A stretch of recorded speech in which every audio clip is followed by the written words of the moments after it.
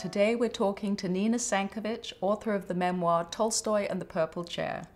Nina Sankovitch is the author of a memoir called Tolstoy and the Purple Chair, which has been praised by the Los Angeles Times, Publishers Weekly, and the Oprah magazine. Kirkus Reviews named it an outstanding debut and gave it a starred review, calling it intelligent, insightful, and eloquent, and saying even the well-read reader will be inspired to explore some of the books from this magical year. Nina blogs for the Huffington Post and reviews books at her website, readallday.org. Nina, thanks so much for coming to talk to us today. Oh, thanks for having me. I love being here. And what have you brought? I have brought a drink that I call the Purple Chair. Perfect. Because it, like my own purple chair, you sink into it and then you rise in joy.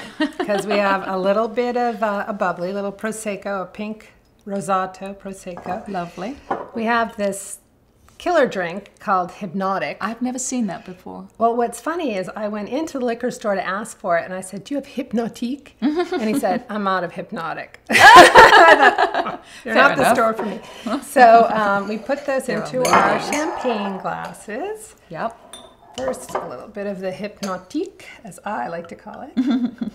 So, Do you speak French? un peu, Un petit peu. a little bit. This is just the color makes it. Oh, I know. You just So want to much jump fun. in. Yeah. So that's blue. And to get the purple, you have to mix red to blue. So we mix a little bit of this. Okay, we're not quite at purple yet. And that's why I brought the cranberry juice. Also because we need a little bit Feels like of a science sobering. lab. It is. It's mixology. Okay, and then, let's not spill this. There, we've got a little bit of purple.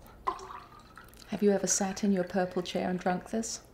I have sat in my kitchen and experimented with it. Next will be my purple chair.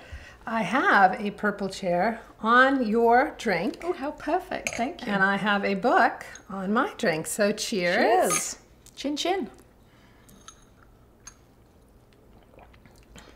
That'll get ya. That's nice. Oh, that's yummy. Ooh.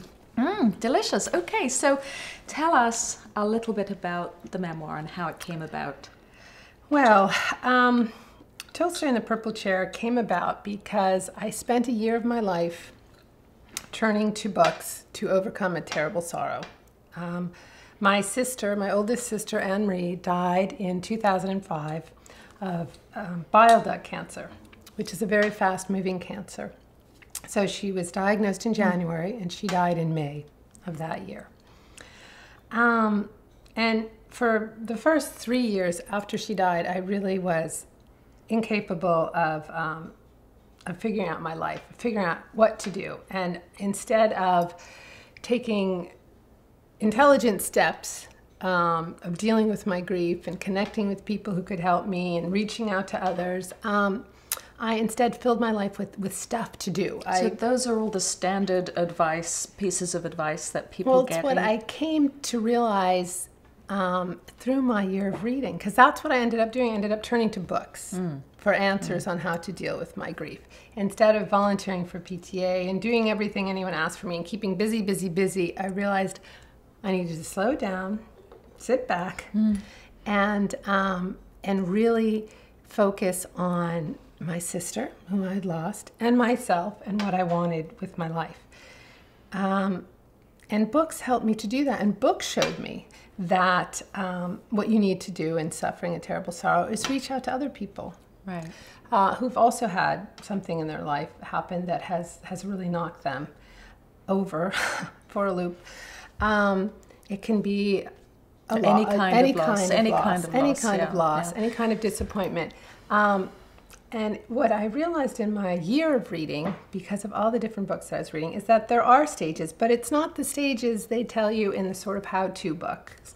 Is it different for every individual? Well, it's different for every individual, but I think what brings everybody on the road back to feeling better is incorporating the memories of the person they've lost into their life.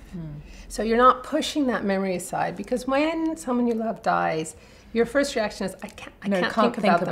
Right. And they will always be in your mind. So you're always trying to shut your mind down and And I think you have to do that at first. Yes, to cope, yeah. But the way to then eventually get to a place where you can feel joy in your life again is to realize by bringing them along with you, the joy is possible. Do you think that it was 3 years before you started writing? Do you think that if you'd gone to traditional grief counseling, that kind of thing, it would have been easier? You know, everybody is different, but I know that for me, it wouldn't have felt comfortable going to grief counseling. Going to books felt very comfortable because my whole life I've read books. My whole life I've turned to books when something happened, to upset me, really from an early age. And some of my earliest memories are of reading books and of finding real pleasure in books and of spending that time with my sisters. I mean, yes, so it was all connected. It was all connected. My sisters and I used to go and wait for the bookmobile together. I was 3 years old, and I remember that silver bus coming down the street. And so my sister's very tied up with books for me. It was really a perfect place for me to go. And did you, as a child, did you write? You know, we all keep journals. You know, I have my poetry. It was a great aspiration of mine to one day be a mystery writer. You know, we all have these dreams. Well, no, not everybody dreams of being a writer. Really? No, as strange as it may seem. No, really not. Really surprised me. There are so many different... Yeah. For me, it was definitely a dream. But if I had to choose between reading and writing, I would read. I mean, I would like to be a reader. That's what I would like my career. I would like my career to be a reader. Well... And I've been able to create that. I mean, I had my year of reading a book a day. And what was wonderful is I started, one of the rules for the year is every day I had to write about the book I'd read the day before. Yes. And not in a traditional kind of review, but really going into what that book meant to me. And why did you choose that? Because there are a lot of reviews out there, a lot of book reviews. This was my personal exploration of how I was going to get myself out of the hole of despair. And I wanted to share that. You know, in some ways, my year was very indulgent. I didn't work. I read a book a day.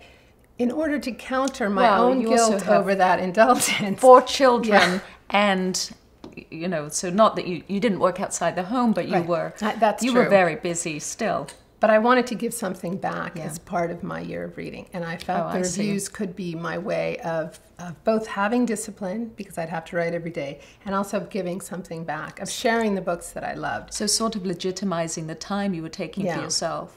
And, you know, really, people say, well, you can't have liked all the books. But since another one of my rules was that I could stop reading a book at any point that I wanted, and usually it had to be pretty early because I had to get a book done within a day, I really only did read books that I liked. There were a couple clunkers that I only realized how bad they were at the end. And you were stuck there. And I wrote really nasty reviews. Did you? But all of my other reviews are positive and constructive. Right. And when I look back at those reviews now, it's really a wonderful journal of recovery.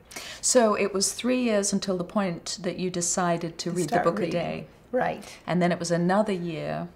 A year later, you decided to write the memoir. How did that come about? Well, I began reading a book a day on my birthday, on the day that I turned 46, which was the age that my sister died, at 46. So that was a hard age to turn and to you know, think, well, I hope I make it through this year, obviously. And if I do, how come I get to and she didn't? And, you know, it was a lot of emotions rolled up in that. So again, reading helped me focus on going forward and not all these questions that really can take you nowhere. Right. Why her, not me? That's not a question that can help you. No, but it is true, isn't it, that there are many different types of grief, and some are harder to come to terms with than others. And sibling grief there's guilt in there. Oh, yeah. So it's a bigger job. It needs more tools to... And time, probably. And more it needs time.